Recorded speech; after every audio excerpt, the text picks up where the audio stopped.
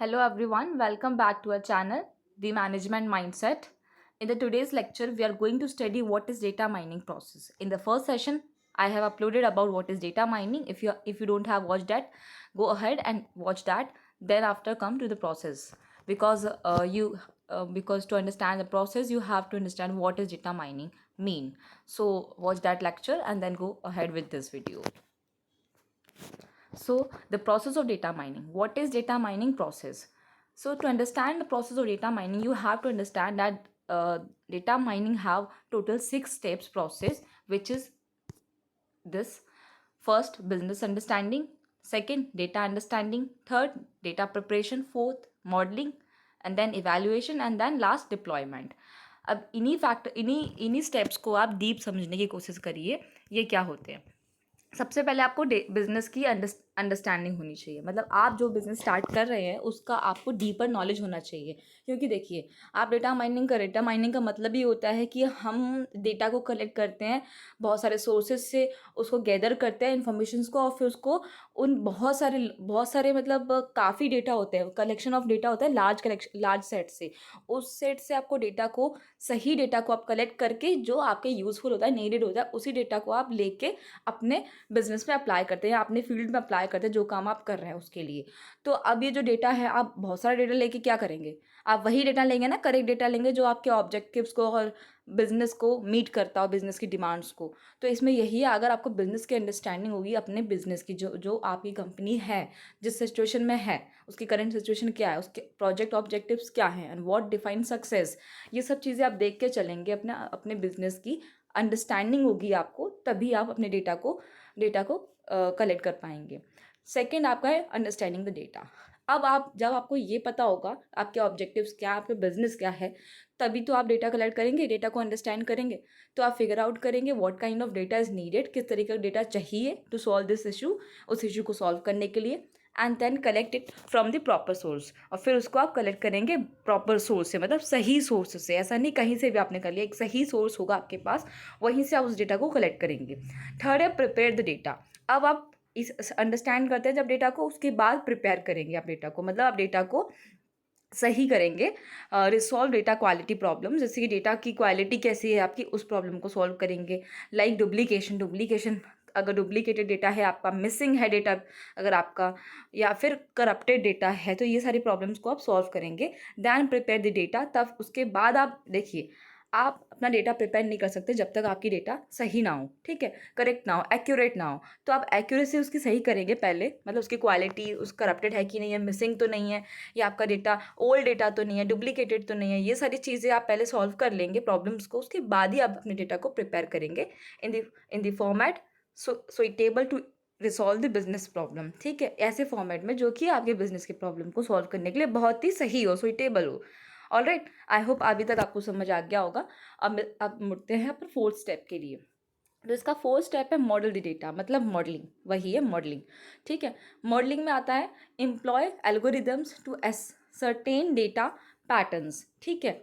Data scientist create, test and evaluate the model. अब इसमें इसका मतलब कुछ नहीं है, इसमें आप उसका पूरा मॉडल, मतलब आप उस डेटा को मॉडलिंग करते हैं, उसको एक फ्रेमवर्क देते हैं, क्रिएट कर देते हैं, उसको आप एक मॉडल में बना देते हैं, मतलब उसको आप डिज़ाइन करते हैं, डिज़ाइन करते हैं आप पूरा उस डेटा को। डेटा डिज़ाइन होने के बाद एक तरीके से, मतलब उसको एक रूप दे दिया जाता है, मॉडल मतलब रूप दे दिया जाता है। आप उसको जब उस डेटा को क्रिएट कर लेते हैं, उसके बाद आप इवैल्यूएशन करते हैं। फिफ्थ पॉइंट, इवैल्यूएशन का मतलब होता है this step involves evaluating the performance of the model. अब आप जो आपने मॉडल बनाया है उसकी परफॉर्मेंस को इवैल्यूएट करेंगे, देखेंगे कि वो सही काम कर रहा है कि नहीं कर रहा है। ये कैसे देखते हैं आप? आपने जो सोचा था उससे आप देखेंगे मैच कर रहे हैं। सोचा था, जैसे कि मैंने सोचा था कि मेरा ये डेटा है इस तरीके से काम करेगा, और वो उस तरीके से काम कर रहा है कि नहीं, मतलब जो आपने प्लानिंग करी थी उस प्लान के हिसाब से आपका डेटा माइनिंग, जो आपने डेटा कलेक्ट किया है वो है कि नहीं है, ठीक है। This includes using statistical measures to assess how well the model is able to predict outcomes on new data. मतलब वही चीज़ लिखी है यहाँ पे, this includes using statistical measures. इसके अंदर आप स्टैटिस्टिकल मेजर्स का यूज़ करते हैं टू एसेस, मतलब ताकि आप एसेस कर पाए हाउ वेल द मॉडल, मतलब आप पता कर पाए कि कैसे कितना अच्छा आपका मॉडल काम कर रहा है, इज एबल टू प्रिडिक्ट, मतलब आपका मॉडल एबल है, मतलब काम कितना प्रिडिक्ट कर सकता है आउटपुट। प्रिडिक्ट का मतलब होता है कितना वो फ्यूचर को बता सकता है न्यू डेटा के outcomes of on new data.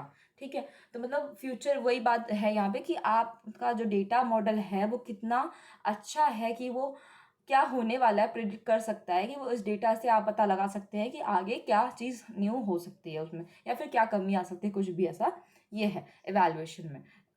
This step is important because it helps ensure that the model is accurate and can be used in the real world.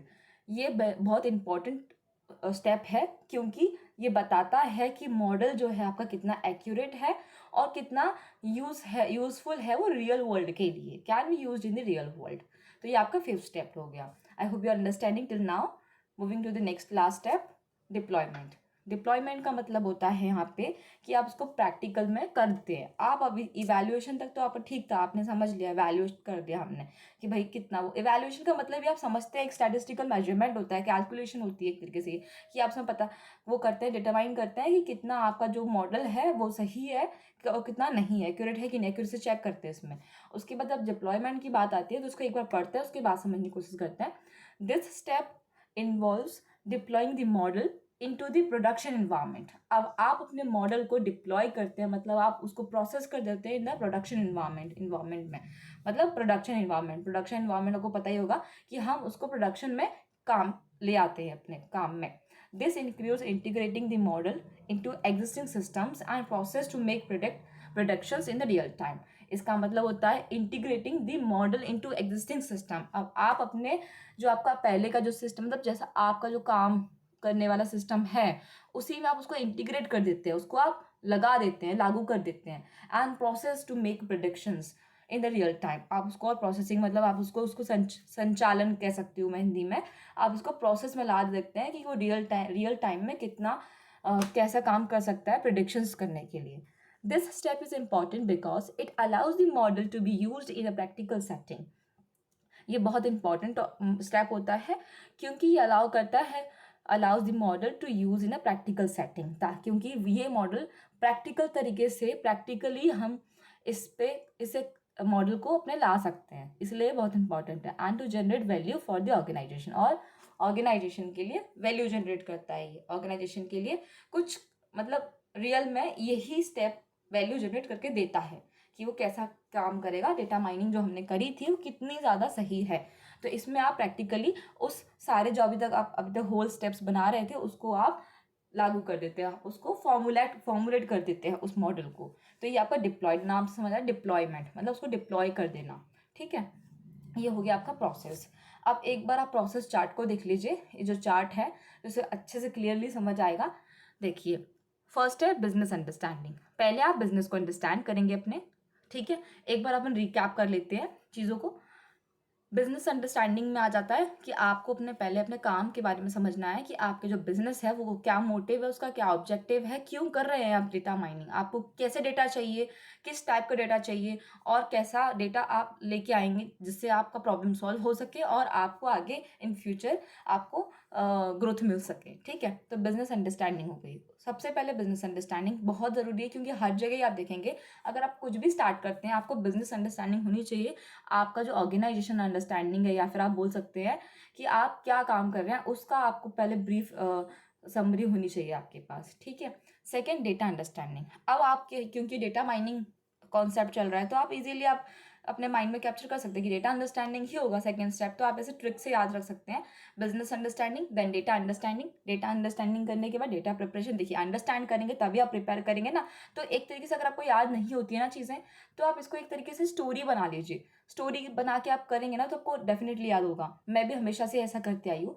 देखिए, पहले बिजनेस अंडरस्टैंडिंग होनी चाहिए, data understanding होनी चाहिए, understanding के बाद ही data preparation होता है। आप इसमें प्रिपेयर करते हैं अपने डेटा को बहुत ही वेरियस सोर्सेज से। और डेटा प्रिपरेशन से पहले भी हमने एक पॉइंट पढ़ा था, डेटा प्रिपरेशन के अंदर ही है ये, कि आप पहले अपना डेटा को सही करेंगे, एक्यूरेट करेंगे, उसके अगर वो मिसिंग है, डुप्लीकेटेड है, या फिर उस डेटा में कोई क्या कहते हैं करप्टेड डेटा है या कोई एरर है, तो उसको आप पहले सॉल्व करेंगे, सही करेंगे, तो पहले अपने डेटा को प्रिपेयर करेंगे, उसके बाद सॉल्व करेंगे, उसके बाद उसको प्रिपेयर करेंगे, फिर प्रिपेयर करेंगे बहुत सारे वेरियस सोर्सेज से डेटा को कलेक्ट करेंगे जो आपके बिजनेस की डिमांड्स को मीट करता हो।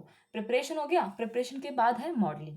अब देखिए, कोई भी चीज़ होगी जब आप प्रिपेयर कर लेंगे तभी तो आप उसका स्ट्रक्चर बनाएंगे ना। अभी मैं अगर एक ड्राइंग बनाना चाहती हूँ, चलिए हम ड्राइंग वाले एग्जाम्पल से समझने की कोशिश करते हैं। मुझे ड्राइंग बनानी है, एक मुझे कुछ बनाना है, पर मुझे मैं किसी फील्ड में काम कर रही हूँ, पर मुझे नहीं पता। मैं एक आर्किटेक्चर हूँ, ठीक है, चलो आर्किटेक्चर हूँ मैं। मुझे अब आर्किटेक्चर हूँ, मुझे पता नहीं है कि कैसे बनता है आर्किटेक्चर में, क्या होता है, क्योंकि मुझे अपने बिजनेस की अंडरस्टैंडिंग ही नहीं है। अगर मेरे को नहीं है तो मैं कैसे आर्किटेक्चर का काम करूँगी, कैसे बनाऊँगी एक आर्किटेक्चर की डिज़ाइन, ठीक है, एक बिल्डिंग की डिज़ाइन, या फिर जो आर्किटेक्चर वाले स्टूडेंट्स काम करते हैं जिस कॉन्सेप्ट के ऊपर। तो पहले मुझे बिजनेस अंडरस्टैंडिंग होनी चाहिए, फिर उसके बाद ही मैं अंडरस्टैंड करूँगी कि किस डिज़ाइन का मुझे डेटा बनाना है, ड्राइंग बनाना है। तो उसके बाद अंडरस्टैंड करूँगी, फिर प्रिपेयर करूँगी, उसके बाद मॉडलिंग करूँगी ना। मॉडलिंग में आ जाएगा मैंने स्ट्रक्चर बना दिया, ठीक है, तो ये मॉडलिंग वही पार्ट हो गया। आपको एक स्टोरी से समझ लिया आपने, मॉडलिंग कर ली हमने, ठीक है। मॉडल में मतलब अपने एक तरीके से पूरा मॉडल बना दिया उसका कि कैसा होना चाहिए डेटा। उसके बाद उस मॉडल को चेक नहीं करोगे आप, चेक करोगे ना उसको सही है कि नहीं है, इवैल्यूएट करोगे ना उसकी परफॉर्मेंस को। इवैल्यूएशन का मतलब ही ये होता है कि आप उसको ओवरऑल देखते हैं कि आपका आपने जो चीज़ बनाई है, जो किया है आपने, वो इन फ्यूचर के डिमांड से जो आपने सोचा था उसको मीट कर रहा है कि नहीं कर रहा है, वो कितना सही है, इवैल्यूएट करेंगे, क्रॉस चेक करेंगे ना। तो ये इवैल्यूएशन हो गया। इवैल्यूएशन के बाद ही तो आप उसको यूज में लाएंगे ना, है कि नहीं, ऑब्वियसली। तो इवैल्यूएशन के बाद आप डिप्लॉय कर देंगे, है ना, इजी, काफ़ी इजी लगाना। आप डिप्लॉय कर देंगे, डिप्लॉय मतलब प्रैक्टिकली सेटिंग करेंगे उसकी, आप उसको अपने रोज डेली के प्रोडक्शन इन्वायरमेंट में प्रोसेस करेंगे उस डेटा को, और उसको आप अपने, ये पॉइंट था यहाँ पे, model into the production environment, ठीक है, अब इसमें लाएंगे अपने यूज़ में। तो ये आपका रहा पूरा प्रोसेस। अब इसको और थोड़ा समझते हैं। देखिए, आपको नेट पे और भी अगर आप सर्च करेंगे तो आपको काफ़ी प्रोसेस मिलेंगे, पर सारे प्रोसेस को सेम ही तरीके से बताया गया है। तो ये आपका प्रोसेस है। तो इस प्रोसेस में भी कुछ भी नहीं है, सेम है, एग्जैक्ट है, ऐसा कुछ इशू नहीं है। देखिए, कलेक्शन का मतलब वही रहता है कि आप कलेक्ट करते हैं डेटा को, फिर अंडरस्टैंडिंग है, फिर प्रिपरेशन है, मॉडलिंग है, इवैल्यूएशन है। इसमें इन्होंने कलेक्शन पहले दिया हुआ है, कोई इशू नहीं है, पर आप अगर कलेक्शन करेंगे पहले, तो क्या कलेक्ट करने के लिए भी आपको पहले अंडरस्टैंड करना चाहिए, तो इसलिए आपको यहाँ पे बिजनेस अंडरस्टैंडिंग होनी चाहिए, उसके बाद आप कलेक्शन करेंगे। फिर अंडरस्टैंडिंग, डेटा अंडरस्टैंडिंग आएगा, ये इसका मतलब डेटा अंडरस्टैंडिंग, फिर डेटा प्रिपरेशन, मॉडलिंग और इवैल्यूएशन, सेम पॉइंट्स हैं सारे। तो ये रहा आपका होल प्रोसेस। अब आप समझ गए होंगे कि ये क्या है। आई होप यू अंडरस्टैंडिंग, ओके। और अगर कोई भी स्टेप आपको समझ नहीं आता है तो फिर आप मुझे कमेंट बॉक्स में ज़रूर बताइएगा। Thank you for watching, keep learning, stay together, and please subscribe to my channel, like and comment also। और अगर आप वीडियो पे नए हैं तो please hit the bell icon for the latest video, टू आपको लेटेस्ट वीडियो मिनी मिल सके और आप उनको सबसे पहले आके देख सके। और अगर आपको लगता है कि ये वीडियो यूज़फुल हो सकती है उन बच्चों के लिए जो डेटा माइनिंग या डेटा प्रोसेस के लिए देखना चाहते हैं, तो प्लीज़ आप मुझे उनको ये वीडियो शेयर कर दीजिएगा। तब तक के लिए bye bye, take care, see you soon in the next video.